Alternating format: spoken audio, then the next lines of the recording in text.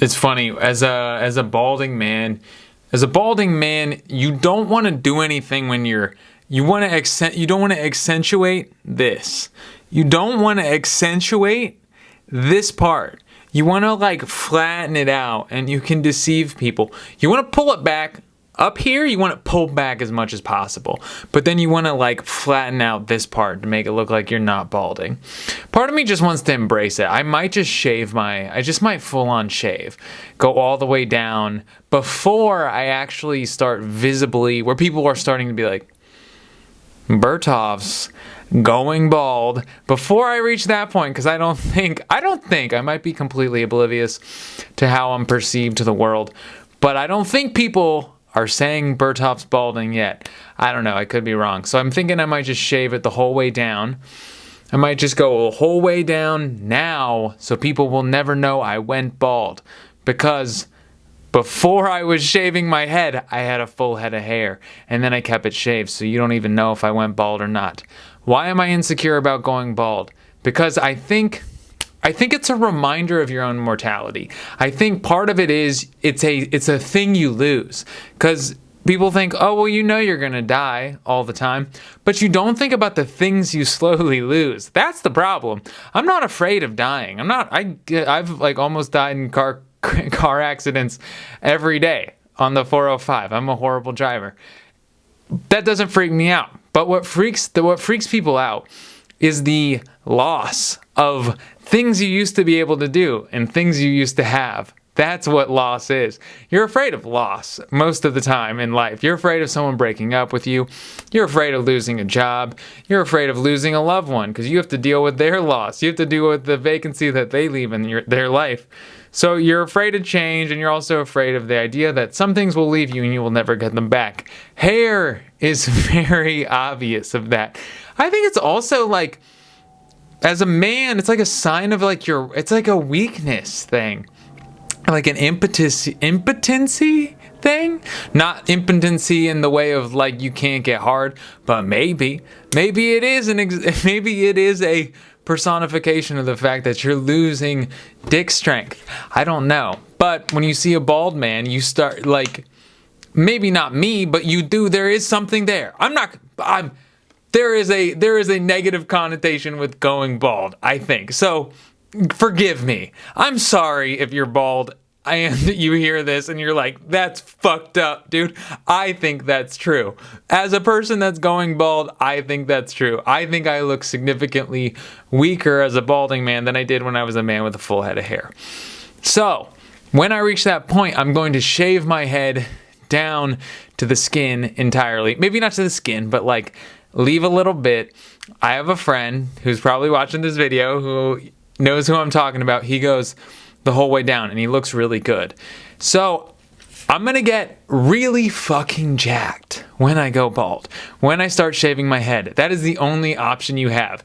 When you go bald as a man, you need to shave it the whole way down, and then you need to get jacked. Or be super lean. I think going super lean could be a look in itself, but it's ideal to get jacked, to get huge and muscular, to maintain the idea that you are still a strong and powerful man. Is this toxic masculinity? Yeah, it is. But it's inside of me. I'm not saying it's good. I'm saying it's bad. I'm saying it's a negative thing. But I'm saying it's the way I feel. And I'm saying I'm sorry for feeling like a bad person. But that's who I am. Okay, that wasn't even really what I wanted to get to. But I'm going bald. Kind of. I think I've always kind of been bald, though. That's the thing. I think I was born... Okay, actually, my brother, I think on this side, maybe it was my friend Jordan. One of them, I did something on a bus on the way back from a church camp, and one of them grabbed my hair from here, and it never grew back right. So I think I got baldness from that time annoying somebody, and they ripped a little bit of a chunk out. But that's the balding. All the balding was done at that point in time. Is that true? Probably not. Is it something I tell myself that I believe? Maybe. It's hard to know what you believe. There's a layer of self-denial that feels like the truth sometimes. in your own brain that you tell yourself a lot. And it feels like the truth, but I think like deep down, this is the weird thing. I think there's a deep understanding of oneself. And I think a lot of the time, what causes you a lot of mental anguish and unrest in your brain is the denial, It's that layer between you and your id, who you really are, the truth you know about yourself. But you maintain it because you feel like it's safe. It's a safety net. If I can keep this level of self-denial there, it keeps me safe, it keeps me warm, and it keeps me thinking that that falsehood might be the truth, and that there's hope that the truth might not really be true. But the truth is true. You know it. Your brain knows it. So this is what I had to do. You have to remove that wall. You have to remove that lie that you tell yourself every day, and you'll feel better about it because it eats away at you. Because it's your brain saying, hey, why are you living life as if this falsehood was true? And the other half of your brain saying, what falsehood? What are you talking about? For me, I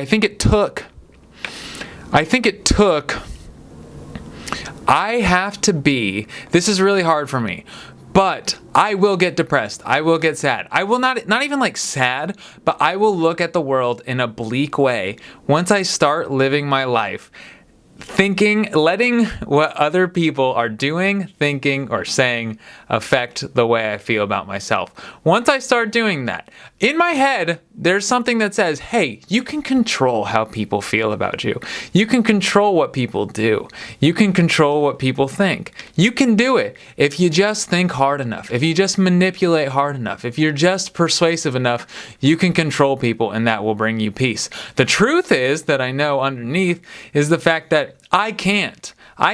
So if I want to maintain any source of like peace or contentment in this world, I have to put my self-worth in something that's within my control. Is that easy? No, but I have to. But once you get there and you're like, okay, I guess I don't care. I can't convince them to feel differently. And I have to just not care. So whatever things I was looking forward to in life that them feeling a certain way would give me, I have to learn that they're not going to be here, and that's okay. For instance, okay, I'll start with, so today I applied for 2 jobs. I interviewed, long interview processes last week for 2 different jobs. So today I was awaiting responses from both jobs. Didn't get either job. Got one LinkedIn message that said 2 different things. Said, didn't get this one, didn't get that one. The recruiter was very nice. He was very cool. I told him it stung. I told him it hurt. And he said, sorry, dude. It felt good. It felt nice. I said, hey, you know what? Don't worry about it. We'll get the next one. That felt good. Because you know what? Part of me wanted to blame the recruiter a little bit. Part of me was like, wonder what he said to them. I bet he fucked it up. There's a common denominator for this interview. It's me, but it's also him. He's also the common denominator between me and both of these companies that rejected me. Is it easier to blame him or myself? Him, for sure. So part of me's like, it's this guy. He's the problem. Had it been a different recruiter, I would have got the job. Not true. It's not true. I know it's not true. That is a reality. That is something I will lie to myself and I'll say, oh, I need a different recruiter. No, it's not. I got 2 different, there was part of the job interviews that I was like, well, both these places, they misjudged me. It's their fault. Not true, because I got denied by both. So they both validate each other. Both of them looked at me and said, no, not good enough. And I think they both had the same feedback. And this is the worst. Okay. Both had the same feedback, and I'll get to that. I'm going to finish my point about this, but I could have looked at it and said, okay, well, what's wrong with the situation, me not getting the jobs? How is it someone else's fault? And sometimes it is someone else's fault. But I will tell you, in this particular case, it was not. It was anyone's fault but my own. And it's not even like I didn't prepare well enough. I just didn't get the job. I just wasn't what they were looking for. Okay. So once I just said, okay, I guess I have some blind spots in what I know about me and my career. There is something I'm overlooking, because 2 places said we wanted someone more senior. I've been doing this for 8 years. I've been doing it for a long time. Clearly, 2 companies saying you're not senior enough means that there is something I'm missing. There is something I'm lacking in my knowledge, in my ability. And I need to go figure out what that blind spot is before I start interviewing anywhere else. And that's the truth. That's the deep truth that I know. Nobody wants to interview me just to be like, fuck that guy, we're not going to give him the job. That doesn't happen. That's not true. I can tell myself that, but that's a lie. And that is only going to give me more mental anguish. What's really going to give me peace is saying, oh, I have a blind spot. Let's go figure it out. Let's take care of it. It's not the recruiter's fault. It's not the interviewer's fault. It's me. It's me. It's the guy being interviewed. There's something I don't know. So I got to work on that, and I'm going to fix that. The other thing about this is what I remember I got canned at my first job. I got let go.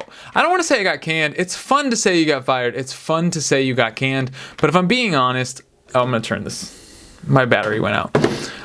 But if I'm being honest, I didn't get canned. I got let go. I got reducted. It was a staffing reduction is what they said. So the guy also said, when the guy that was firing me, he started crying. I remember that. He started crying. He was like tearing up. And I was like, dude, you don't got to do that. I didn't really like the job at that point in time anyway.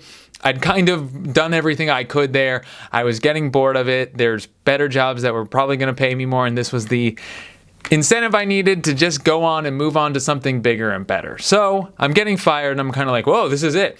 I'd been expecting to get fired for so long because it was my first job. I was insecure about what I did and how well I could do it.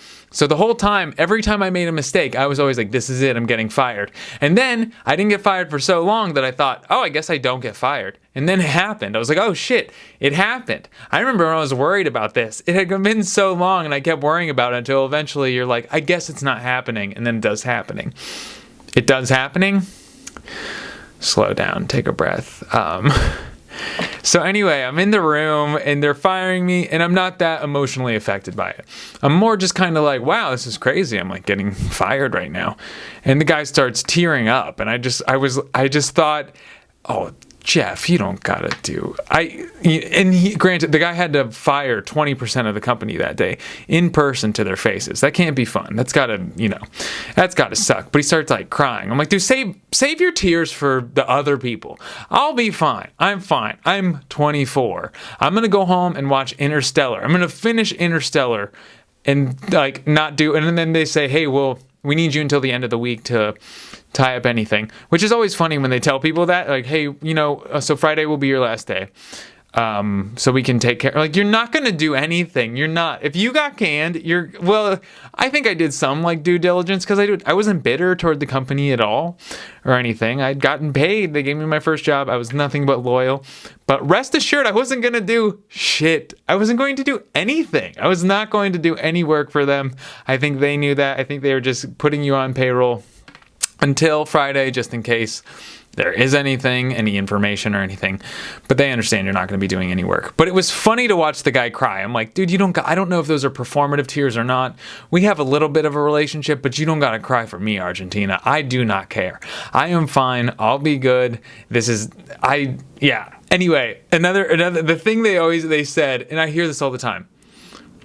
When people say it's nothing personal, it's like, I know it's nothing personal. I know it's not. I never did anything to you. And if it was personal, that would hurt me less. If someone said, listen, it's none of your professional capabilities. You're not inept at your job. We think you do a really great job here. The thing is, we think your personality is shit. I'd be like, oh, great. That makes me feel better. Because I'm not insecure about my personality. My personality is my personality. And I don't feel two ways about it. If they just said, hey, it's personal, we don't really like your personality, people find you weird, you make people uncomfortable, that wouldn't hurt me. I wouldn't walk away hurt. I'd be like, great, I'm sorry. I never wanted to make anyone uncomfortable, and I'm sorry I did for so long. I'm moving on with my life. But when they say it's nothing personal, what they're saying is it's nothing personal. It's just that professionally, you're not good enough at your job. We think you're dumb. We think you're incapable. You're not delivering. You're not doing what we wanted you to do.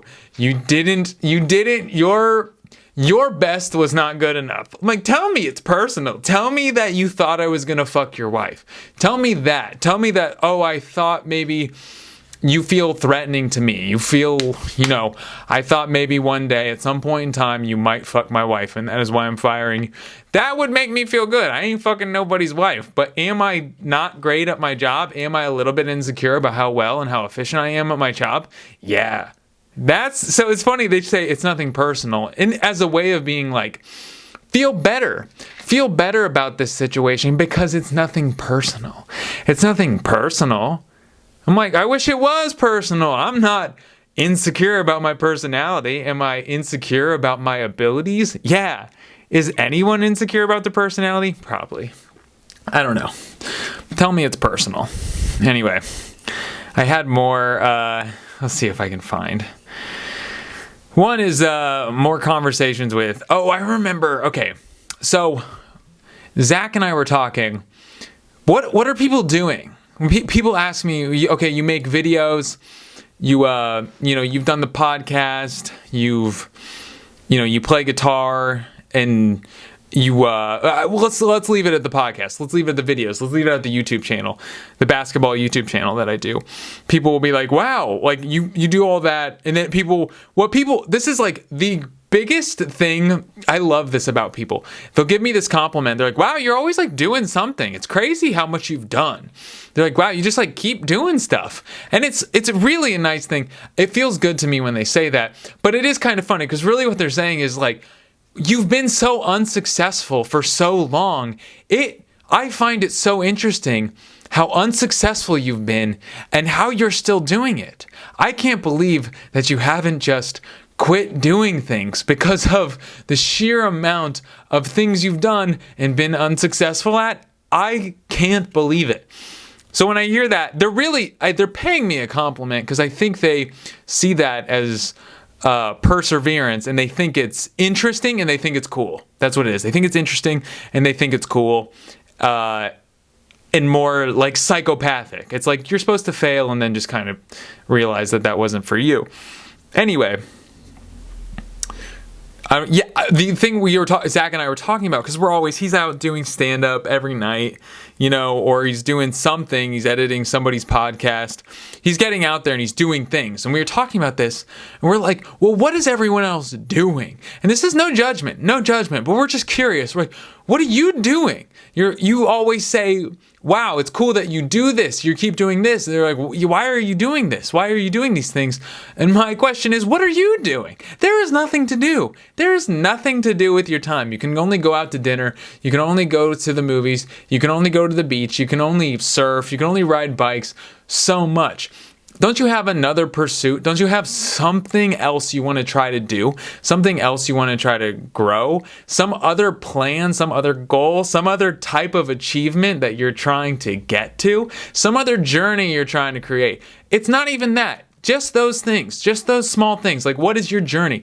What are these things you're trying to do? What are these places you're trying to go? What are the goals so that you can try to get to the goal and then go back and appreciate the journey to the goal even though you never got to the goal? What are these things? What are you doing? And Zach said he was talking to these people at a Halloween party, and they said, yeah, usually I go to bed at 9 because after work, what are you gonna do? Watch some Netflix, and then you eat, you watch a little Netflix, and you go to bed. Like, yes, I understand that. I understand that sentiment. Sometimes all I want to do is go to bed. I want to watch an episode of Succession, and then I want to just lay in bed, smoke weed, and fall asleep. You can't do that. You can't live your life like that. You will go crazy. You need to do something. So I looked back in hindsight, and when I used to do stand-up, I quit doing stand-up, and I would think about doing mics, and I didn't really like doing stand-up. So that was one reason I quit. It's neither here nor there. But going to these mics, I would look back on going to those mics and I would think, oh, what a waste of time. Okay?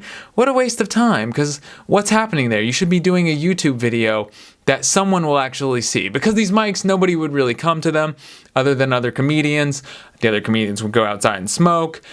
And it was really a thought that I had that was, what was to be gained by you going up there for 5 minutes? What was to be gained tonight? What did you gain from writing those jokes and performing there for 5 minutes, but waiting 3 hours for the mic for your turn to go? Sitting through an open mic for 3 hours. You spent 3 hours of your time for 5 minutes on stage. And I would look back on this negatively. I would think like, wow, what a waste of time. But recently, I've realized that you need to fill your day with things. This is a part of your life. You need to go to an open mic. Even if it is 5 minutes, you need to have done something. You need to have left your house and tried something. Maybe you went to an open mic, maybe it was a bucket list, and you didn't even get up. Maybe by the end of the night, they didn't even draw your name.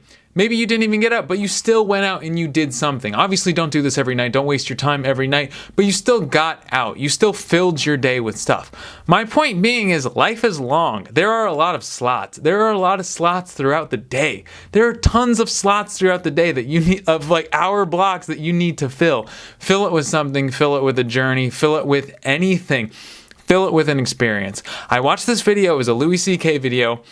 After he'd won the Moth Award, whatever the award is for the Moth, like Story of the Year, and he tells a story, and one thing he says in the story is, well, at the end of it, his point being, all you have is your experiences. All you have are your stories in life. Money comes and goes.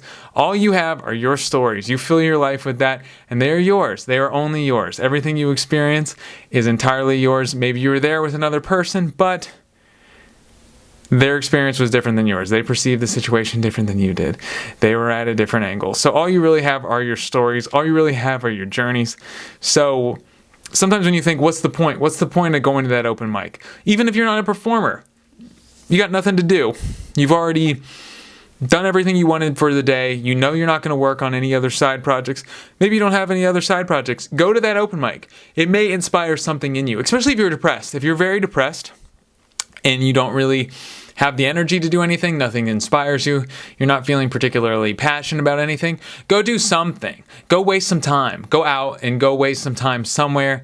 Try to find inspiration somewhere. That's really what it is. Try to go find inspiration somewhere. Anywhere. Literally anywhere. Go do something and see what happens. Because you come back and you say, wow, I just wasted a bunch of time. If you were depressed, if you were passionless, what were you doing? What were you doing anyway? You weren't doing anything. You were just sitting at home, being passionless, being desperate, looking for something, thinking about, festering on some problems you had. Go out and have an experience. Go waste some time. Go waste some time. Go have an experience. Go do something. Put yourself out there every day. And maybe you'll have a story, because that's important. I think it's really important. Okay, yeah, the other thing was I wanted to bring up is like money. Money is not everything, and this is so cliche. But money is everything until you have enough of it. Money is everything until you have enough. When you don't have enough, when you have to go without, when there are things in your life where you wish I had this, I wish I had that, then money is everything. But once you get to the point where you don't really want for anything, the lifestyle you want, because I've thought about this, I am at the lifestyle I want. I am good. I have my lifestyle. I do not want any more. I don't want any less. Any more would be waste. If I had a better car, I drive a Honda, I drive a 2012 Honda. I do not want a better car. I like my Honda. Anything better than the Honda is just waste. I live the lifestyle that I want to live. I don't want a better job. I have no interest in a better job. I want more time on my hands. That's what I want. That is all I want, is a little more time on my hands. And even if that, I don't want too much more time on my hands. I like what I'm doing. And I think that's important. I think we don't really think about that much, is that money, even the thought of, oh, well, I'm going to get a job that pays really well so I can save money so I don't have to work in the future. I think that's kind of stupid, because the future is not guaranteed. And anyway, why are you doing this? Because you end up being a slave to that money. You end up being a slave to your future free time and the life you want. You end up being a slave to the lifestyle that you think that you want, because you work hard in the present because you think, oh, the future will be better. I don't think that's true. Just take your time and spend it the way you want. Spend every day the way you want. Money is not everything. Money will definitely not make you happy, and money will make you a slave. Money will make you a slave. I've seen that happen a lot. Even you think, well, I'm saving. I'm a slave to my money, but I'm saving. No. Security will make you a slave. Being a slave to financial security and not wanting for anything will make you a slave, for sure, if that makes sense. Being a slave, it's fear, because when you're seeking that security, when you're seeking money in the bank, you are a slave to that. You're seeking this situation that makes it so you will not have anxiety and you will not fear the future. You will always fear the future. You will never have enough money to not fear the future. So spend your time the way you want to, and have confidence in yourself that you can get out of any situation, no matter how much money you have have or don't have in the bank. I think that's important. Believe in yourself, and don't become a slave to money. But also understand, if you don't have enough money, if you're going without, if you can't eat, can't have a roof over your head, don't have enough money to buy personal space, then money is everything. Money is everything until you have what you need. This is real stupid, but I remember when I was in 8th grade, the summer between 8th and 9th grade, I remember playing Tony Hawk. It was just like a summer day playing Tony Hawk. And I was thinking about my entire 8th grade year. I had a very weird 8th grade year. I'm not even going to get into why. It wasn't even weird, but it was very different from 7th and 9th grade. 7th and 9th grade about hit the same. Hung out with the same people, but 8th grade was a completely different year with a lot of different people coming into my life and a lot of different influences. It felt different. And I remember playing Tony Hawk and processing my thoughts. And that is something I will never I will always remember. Being able to, because when you're in the situation, when you're in 8th grade, you're very emotional. I'm very emotional now. So when you're thinking about your problems and you're thinking about your relationships, when you're in it and you're very emotional, it's not going to help you. I don't think so. You're not processing things when you're still feeling the emotions from the circumstances and the situations you were in. When I was playing Tony Hawk, and at this point I'm going into 9th grade, 8th grade is past, I'm thinking about 8th grade, but I'm not thinking about it in an emotional sense. And playing Tony Hawk is giving me the ability to think through it in a way that doesn't let me fester on my emotions. It's letting me experience and it's letting me think in a way that keeps me from experiencing it emotionally, but lets me just look back at past events in a objective way, because I'm not feeling it. I'm not letting my malignum affect my physical body. I'm just playing Tony Hawk and thinking about the situations that happened. And I remember thinking, I'm in 8th grade, and I remember thinking, oh, I think I'm processing things. I think I'm playing Tony Hawk and I'm processing this last year. On a Sunday afternoon, I'm processing what that last year was like. And I've experienced this later in life, and it usually happens when I'm driving a car on the interstate. If I'm driving a car in traffic, it is not going to do what that does. But when I am driving a car on the interstate, I can start processing things. For whatever reason, I have a hard time getting emotionally affected in the car.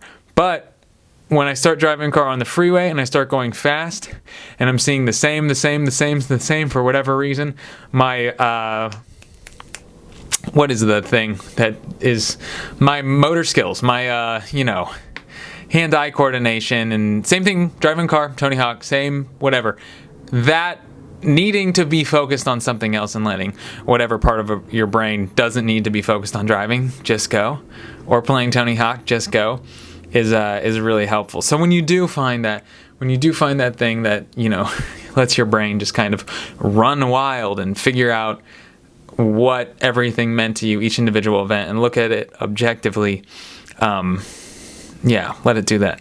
I'm gonna stop this and start it. One sec. Ugh, yeah, but anyway, just like going back to the accept responsibility. in every situation. Look at the situation for what it is. And if you're feeling angry, if you're feeling self-righteous, or you're feeling sad, just take a step back and look at the situation for what it is and take responsibility for it. If you find yourself pointing out the flaws in others, that's not going to help you. It's just not. But I do it all the time. I'll do it. I'll wrestle with it and I'll think, no, it's someone else's fault. And I'm mad. I'm mad at this person. I'm self-righteous. I'm angry. Someone else is the problem, and I'm angry. If I'm angry, no one's the problem. It's me. It's there, for sure. It's never not. But I'm like, it's not. I'm so angry because of this person. It's their fault. Then I'm so mad. Then I'm so angry. And there's no way that any reason I'm mad is my own fault. And then eventually, like, days, hours, weeks later, I get to the point where I'm like, now, part of it's, part of it was me. Part of it was me. And then it's gone. It's gone. All right. That was good. That was good. We're good.